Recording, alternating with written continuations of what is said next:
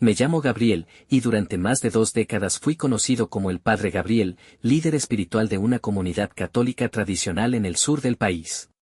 Fui guía, confesor, celebrante de bodas, consuelo de viudas y voz de fe para miles de personas.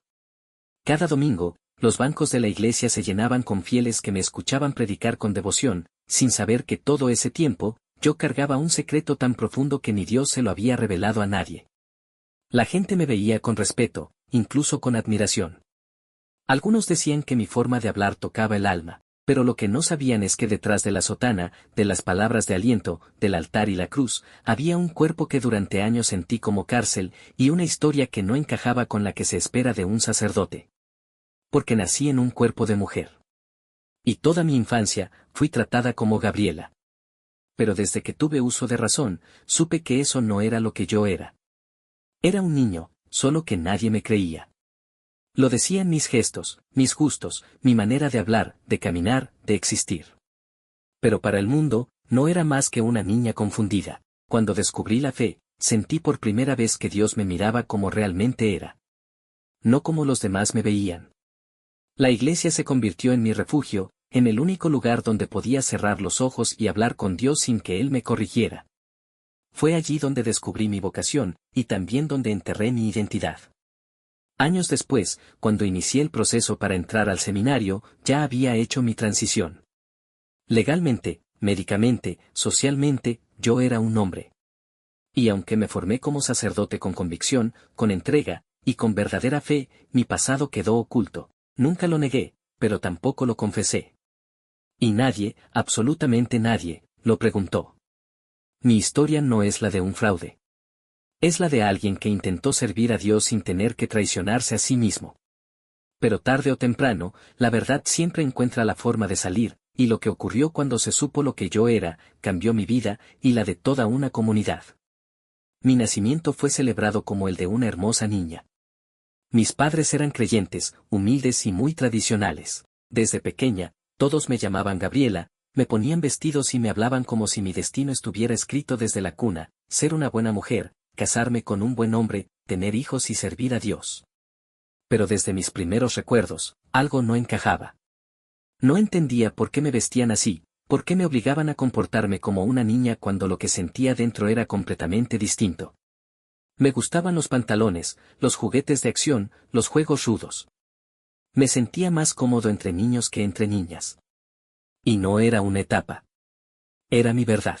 Recuerdo que a los 7 años me miré al espejo, me toqué el pecho y susurré, este no es mi cuerpo. Pero no tenía palabras para explicarlo. Solo sabía que algo en mí no concordaba con lo que el mundo quería que fuera. Mi familia era católica ferviente. Asistíamos a misa todos los domingos, y cada comida comenzaba con oración. Pero la primera vez que sentí a Dios, no fue en la iglesia. Fue en mi habitación, llorando en silencio después de que mi madre me castigara por comportarme como niño. En esa oscuridad, algo me envolvió. No sé si fue una voz, una sensación, una paz repentina, pero supe que no estaba solo. Y que quien fuera ese Dios del que hablaban tanto, me aceptaba. Me entendía. Me miraba sin juzgarme. A los 11 años, comencé a leer la Biblia por mi cuenta. Me fascinaban las historias de transformación, de conversión, de identidad divina. Sentía que había algo más allá del cuerpo, algo que Dios veía y que los demás no podían ver. Fue entonces cuando me dije, voy a servir a Dios, pero como yo soy. En la adolescencia, la presión se volvió insoportable. Mientras mi cuerpo cambiaba en una dirección que me horrorizaba, yo intentaba por todos los medios esconderlo. Fajaba mi pecho, usaba ropa grande, evitaba los baños públicos. Todo el tiempo estaba alerta, cuidando no traicionar mi verdadera identidad. Cuando cumplí 16, inicié mi transición de forma secreta. Me informé, ahorré dinero, busqué médicos. Nadie lo sabía. Mis padres lo sospechaban, pero decidieron no hablar del tema. Me miraban con decepción, con temor, como si estuvieran perdiendo a una hija. Pero yo sentía que estaban haciendo por primera vez. En medio de todo, seguía yendo a la iglesia. Me refugiaba en la oración. Sabía que muchos dentro de la institución no aceptarían nunca lo que yo era. Pero aún así, sentía que Dios sí lo hacía. Entrar al seminario fue una de las decisiones más difíciles de mi vida. Ya había hecho mi cambio de nombre, tenía documentos legales como Gabriel, y físicamente, ya no se notaban rastros del cuerpo con el que nací. Pasé todas las entrevistas, los cursos, las pruebas psicológicas. Nunca me preguntaron sobre mi pasado, y yo tampoco lo ofrecí. No mentí, solo omití. Mi vocación era real, y eso me daba fuerza para seguir. Durante esos años de formación, me volví aún más reservado. No hablaba mucho de mi infancia. Me volví el alumno ejemplar, obediente, callado, piadoso. Quería ser sacerdote, y también quería ser invisible en todo lo que pudiera delatarme. Mi ordenación fue uno de los días más felices y más contradictorios de mi vida. Lloré de emoción cuando me impusieron las manos, cuando vestí por primera vez mi sotana. Sentí que por fin, Dios me había abierto las puertas para servirlo. Pero también sentí miedo. Porque ahora todo el pueblo me conocería. Sería figura pública, tendría contacto diario con cientos de personas, daría misa, confesaría, acompañaría a enfermos, y siempre con la tensión interna de pensar, ¿y si alguien descubre lo que soy? Pero nadie lo hizo. Me aceptaron como el padre Gabriel. Un cura joven, empático, que escuchaba sin juzgar, que predicaba con el alma. Y yo, cumplí con todo. Pero cada noche, al apagar las luces del templo, me arrodillaba solo ante el altar y susurraba, Señor, ¿me perdonas por no decir quién soy? Yo nunca entré al sacerdocio para escapar del amor. Lo hice porque sentí un llamado sincero, pero incluso en los caminos de la fe, el corazón tiene voluntad propia. A los 4 años de ser sacerdote, conocí al padre Andrés, un colega recién transferido desde otra diócesis. Tenía una sonrisa tranquila, una voz suave y una forma de hablar sobre Dios que me conmovía. Nos hicimos amigos rápidamente. Compartíamos cafés, largas conversaciones y reflexiones bíblicas al atardecer. Con el tiempo, su cercanía empezó a inquietarme. No porque fuera inapropiada, sino porque despertaba en mí algo que pensé que ya había enterrado. Me sentía visto, comprendido, deseado. Él no lo decía, pero su forma de mirarme hablaba más que 1000 sermones. Por primera vez en años, mi corazón latía por alguien, y eso, en mi situación, era más peligroso que cualquier herejía. Fue un lunes por la mañana cuando recibí la carta. No tenía remitente, solo un sobre blanco dejado bajo la puerta de la parroquia. Dentro, una hoja mecanografiada con solo una frase, la diócesis sabe que el padre Gabriel nació mujer. Sentí que la sangre me abandonaba el cuerpo. El papel temblaba en mis manos. Era una amenaza, una advertencia. Pero sobre todo, era el principio del fin. No sabía quién lo había enviado, pero el temor me paralizó. No era solo el miedo a perder mi vocación, sino a enfrentar el juicio de una comunidad que me amaba, sí, pero que también podía volverse cruel ante algo que no entendiera. Pensé en quemar la carta. Fingir que nunca llegó. Pero algo me decía que no sería la. 3 días después, me llamó el obispo. Me citó en su despacho con una frase seca, necesitamos hablar, en privado. Cuando llegué, no me ofreció café ni sonrisa. Solo me miró fijamente y colocó la carta sobre su escritorio. ¿Es esto cierto? No respondí enseguida, solo bajé la mirada. Sentía que cualquier palabra podía ser usada como arma.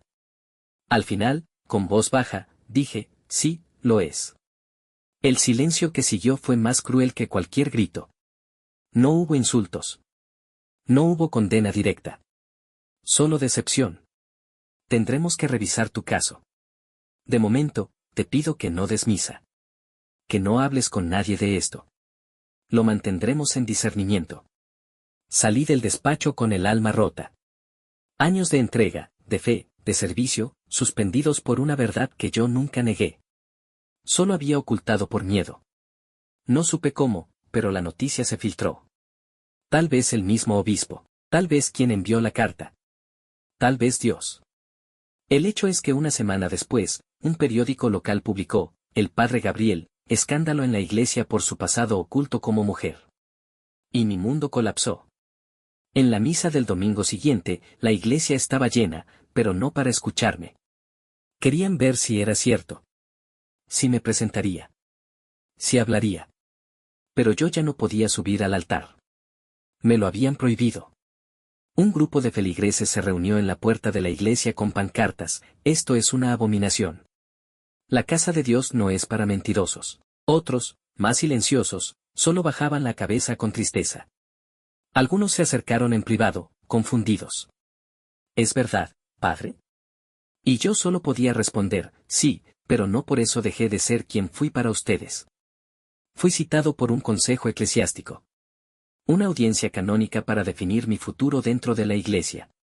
Me sentaron frente a 5 sacerdotes mayores, todos hombres, todos heterosexuales, todos cisgénero. Y todos profundamente incómodos. Me hicieron preguntas como: ¿considera usted que fue ético ocultar su origen? ¿Cree que una persona trans puede representar a Cristo en el altar?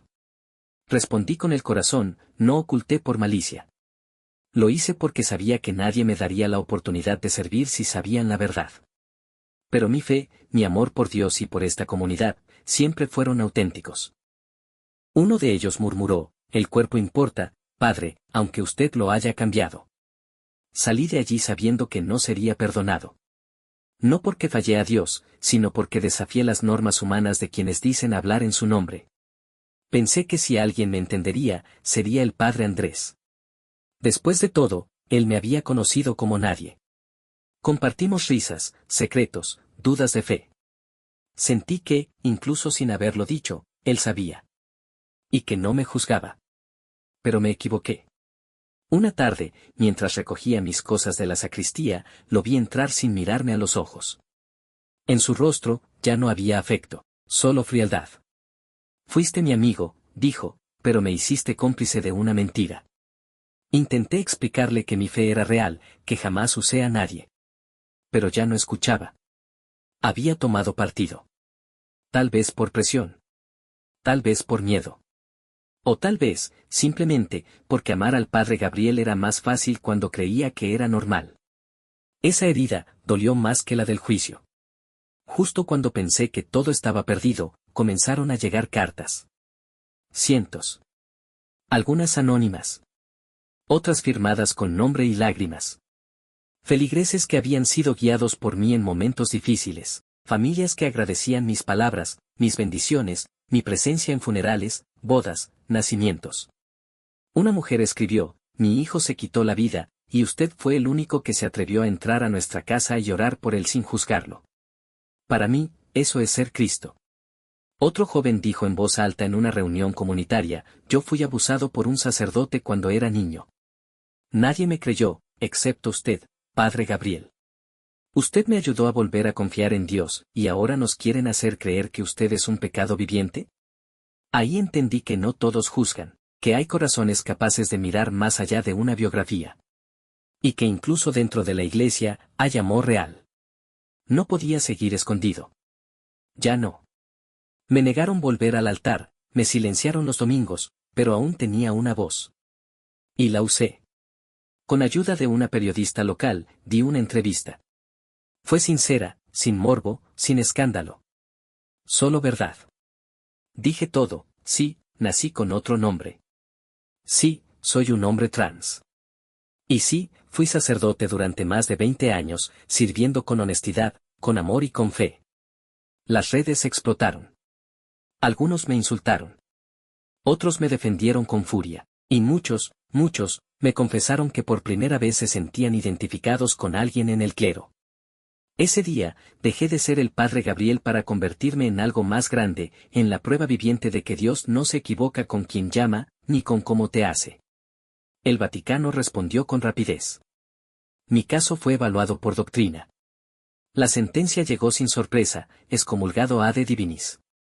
No podrá ejercer ministerio, ni usar vestimentas clericales. Era oficial, me habían borrado de la iglesia, pero no de la fe. Lloré, sí. Mucho. No por mí, sino por tantos otros que, al verme caer, tal vez perdieran la esperanza de que algún día podrían ser ellos mismos dentro de la fe. Pero también sentí alivio. Porque por primera vez en mi vida, ya no tenía que mentir. Hoy, ya no doy misa en una catedral. No hay sotanas ni incienso. No hay bancos de madera ni vitral. Pero cada domingo, me reúno con personas en un salón sencillo. Nos sentamos en círculo. Leemos la palabra. Compartimos pan y vino. Oramos. Y lo más importante, nos miramos sin máscaras. Mi nuevo altar es el de la verdad. Mi nuevo púlpito, es mi historia. Ya no soy el padre Gabriel. Ahora soy simplemente Gabriel. Un hombre que fue sacerdote. Un trans que fue líder espiritual. Un humano que sigue creyendo, aunque el sistema lo haya rechazado. Quizás algunos que escuchen mi historia sientan rabia. Otros, incredulidad. Algunos incluso apagarán el video con desprecio. Pero si has llegado hasta aquí, gracias. Porque eso ya dice mucho de ti. Fui sacerdote. Y también fui trans. Ambas cosas coexistieron en mí. No soy una contradicción. Soy un testimonio de que la fe no necesita cuerpos perfectos ni pasados impecables. Solo necesita verdad. Me llamo Gabriel. Y aunque la iglesia me cerró sus puertas, Dios nunca lo hizo. Gracias por escucharme, por no juzgarme antes de conocerme, por abrir tu mente y tu corazón. Quizás no lo sepas, pero al hacerlo, tú también estás haciendo iglesia.